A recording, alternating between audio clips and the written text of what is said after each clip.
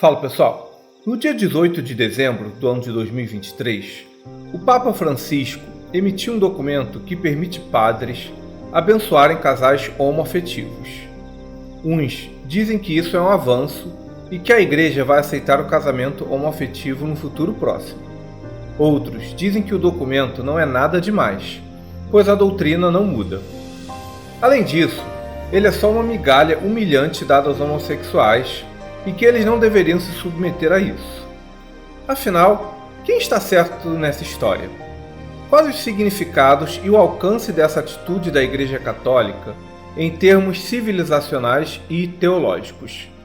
Se você se interessou pela proposta, quer conversar sobre isso e participar do debate, dá o like, se inscreve no canal, ativa o sininho e vem comigo!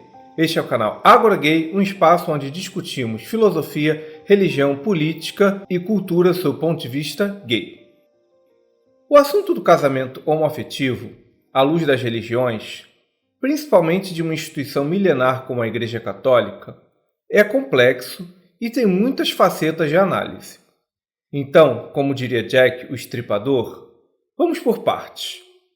Se vocês lerem com atenção o documento emitido pelo Vaticano, verão que em alguns momentos ele é decepcionante. Isso porque ele dá a impressão de que foi feito mais para reafirmar a doutrina do matrimônio como uma união indissolúvel entre um homem e uma mulher do que para acolher casais homoafetivos. Só que a gente tem que prestar atenção nos detalhes. Às vezes, o que não está dito é mais importante do que o que está dito. Antes de pensarmos sobre o conteúdo do documento em si, é importante lembrar que não existe algo como Igreja Católica. Dentro dessa instituição, há várias igrejas e correntes de pensamento disputando o tempo inteiro. A lide mais figadal que existe é aquela entre conservadores e progressistas. Os primeiros acreditam que a Igreja deve ser uma pedra sólida que nunca muda, que as tradições devem ser preservadas a todo custo e que a intransigência moral deve pautar a vida dos cristãos, pois é nisso que se situaria a autoridade espiritual da instituição.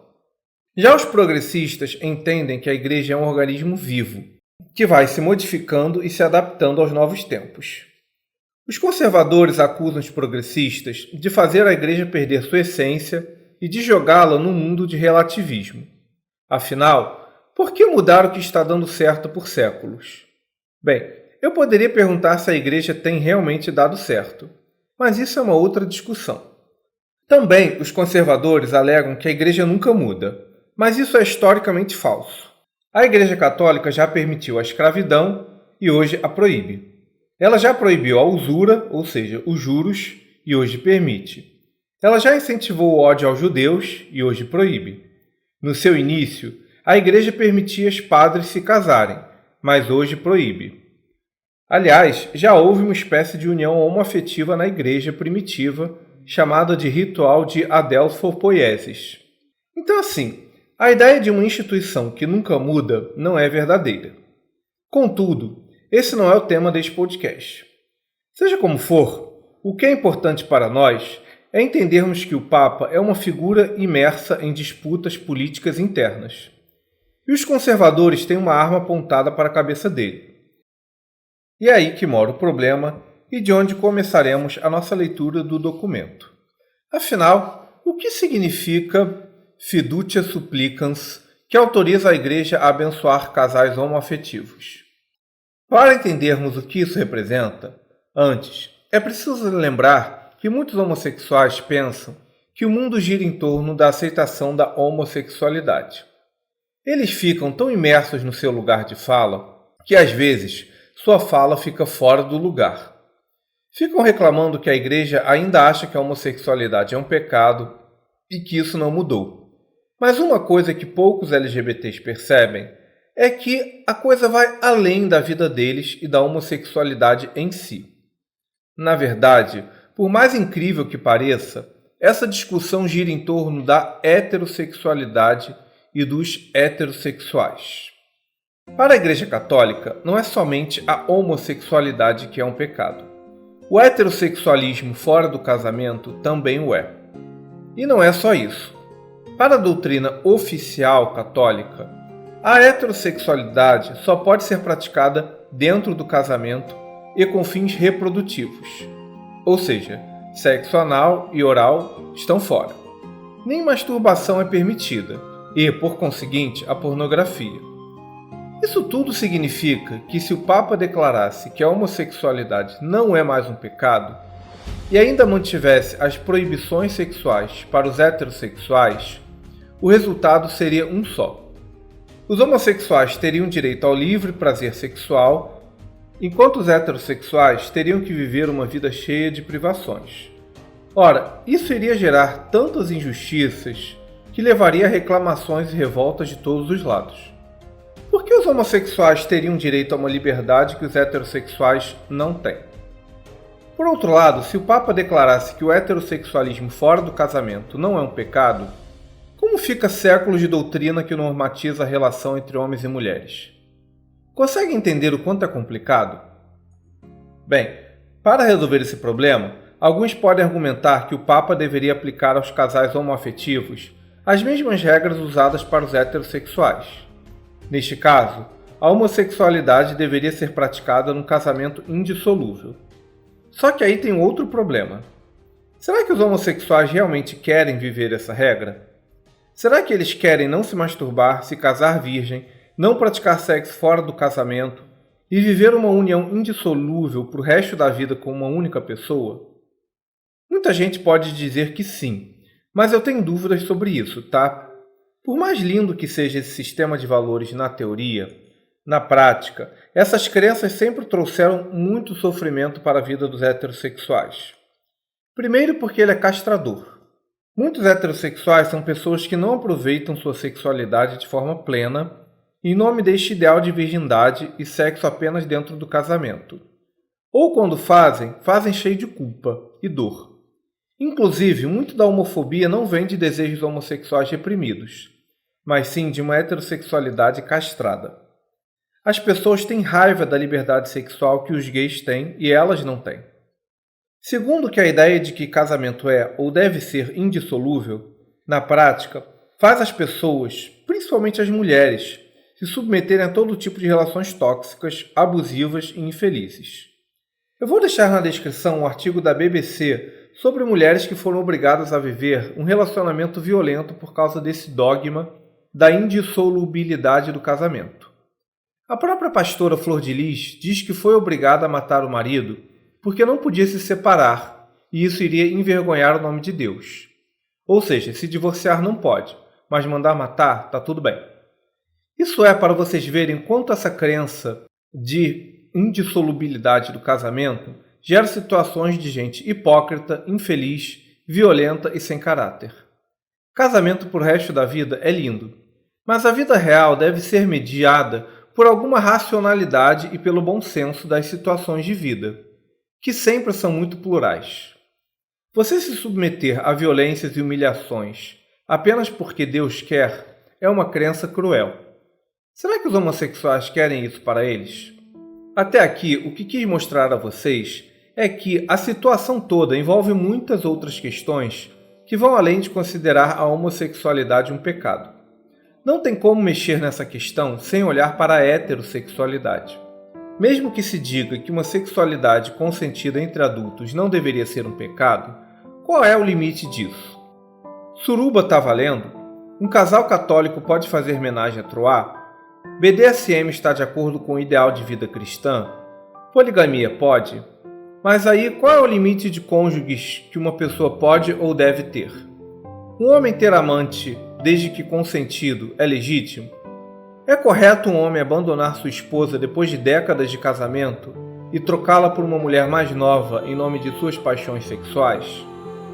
A amplitude sexual e afetiva humana é tão grande que, quando você libera de um lado, logo surgem situações diversas que constrangem a moral vigente.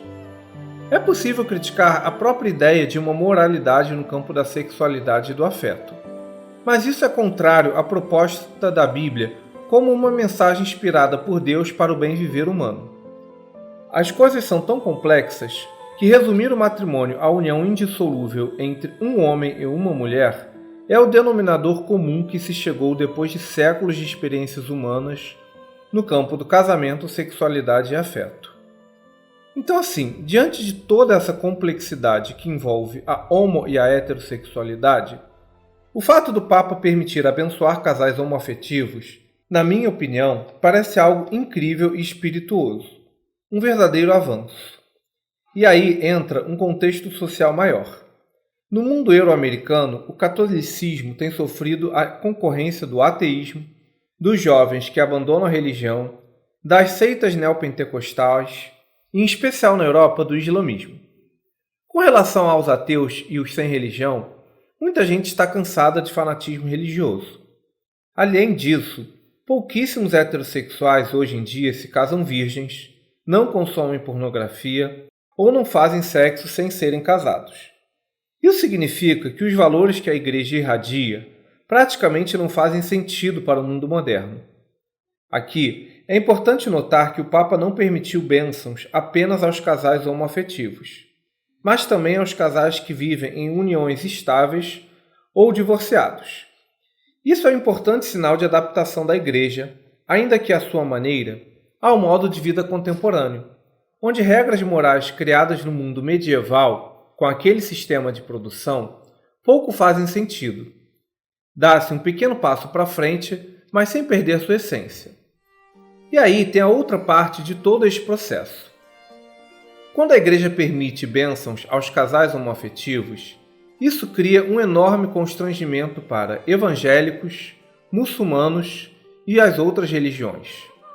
Isso porque, quando o principal tronco do cristianismo dá esse passo, ele reconhece que as uniões homoafetivas existem e são parte das coisas. Como as outras religiões irão se portar? Se forem muito agressivas, garantem apoio de suas forças mais reacionárias, mas também jogam clientes para a Igreja Católica. Afinal de contas, dentro das igrejas tem muitos pais, mães e parentes de gays e lésbicas que vão para as instituições onde seus filhos e parentes são acolhidos. E essa daqui é a chave de toda a discussão. O papel deste passo da Igreja na disputa religiosa que existe no mundo. Se os conservadores fossem um pouco mais inteligentes, abraçariam este movimento com todo o ardor possível. Também não podemos nos esquecer que várias outras igrejas cristãs no mundo têm se aberto ao casamento homoafetivo. Em resumo, o que o Papa fez foi uma jogada de mestre naquilo que era possível dentro do prédio da fé católica. Claro que sempre se pode tacar pedra, dizer que se poderia fazer mais, ou simplesmente cagar e andar para o que a Igreja Católica pensa ou faz. No entanto, para quem gosta de história das ideias e presta atenção na tessitura política do momento, este foi um importante passo. Na prática, a Igreja Católica está reconhecendo que estes casais existem e têm algum direito ao sagrado. Em países onde a homossexualidade é crime, isso vai criar situações positivamente constrangedoras para os líderes locais. Aliás, outra coisa que passou batida e pouca gente comentou foi o fato de que no dia 31 de outubro, o Vaticano também passou a permitir o batismo de pessoas trans e que elas possam ser madrinhos e padrinhos. Isso significa que a Igreja reconhece a identidade de gênero desses indivíduos. Numa teologia onde se diz que Deus criou o homem e a mulher, reconhecer que algumas pessoas nascem diferentes é um grande passo. Também, filhos de casais homoafetivos passaram a poder receber o batismo. Então, assim, temos a bênçãos a casais gays e lésbicos e o batismo de pessoas trans e a filhos de casais homoafetivos. Tudo feito de forma a englobar essas realidades, mas sem desagradar aos conservadores que pararam e querem parar a gente no século I. Tudo isso pode parecer pouca coisa, mas é um passo gigantesco. A gente ainda não está prestando atenção nisso porque estamos em meio a um processo histórico. Mas essas pequenas sementes ainda vão dar muitos frutos lá na frente, principalmente na intrincada geopolítica das religiões. Estou deixando as referências de todas as informações que expus aqui na descrição.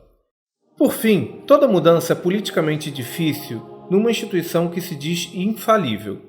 Não que ela não exista, mas tem que ser manobrada de maneira tão lenta e gradual que, para qualquer fiel ao longo de sua vida, nada pareça mudar. Eu tendo a acreditar que o Papa fez o que pôde sem desagradar as forças reacionárias. Eu realmente acredito que ele fez o melhor possível e ele talvez tenha deixado essa mensagem através de um easter egg ou uma pista no próprio nome do documento. Trata-se de Fiducia Supplicans.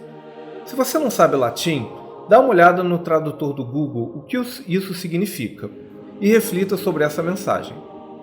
Por mais que muita gente não tenha gostado, precisamos apoiar o Papa. Trata-se de uma iniciativa grandiosa, sim, e que reflete a mensagem maior de Cristo: o amor, a compaixão, o perdão, o acolhimento aos mais fracos e aos excluídos. Este foi um programa do canal Ágora Gay, um espaço para conversarmos sobre filosofia, religião, política e cultura do seu ponto de vista gay. Eu sou Felipe Dias. Lembro que este podcast é um recorte de um tema complexo. Mesmo que você não concorde com tudo, meu objetivo é iniciar um diálogo para ele ser aprofundado por outros pontos de vista.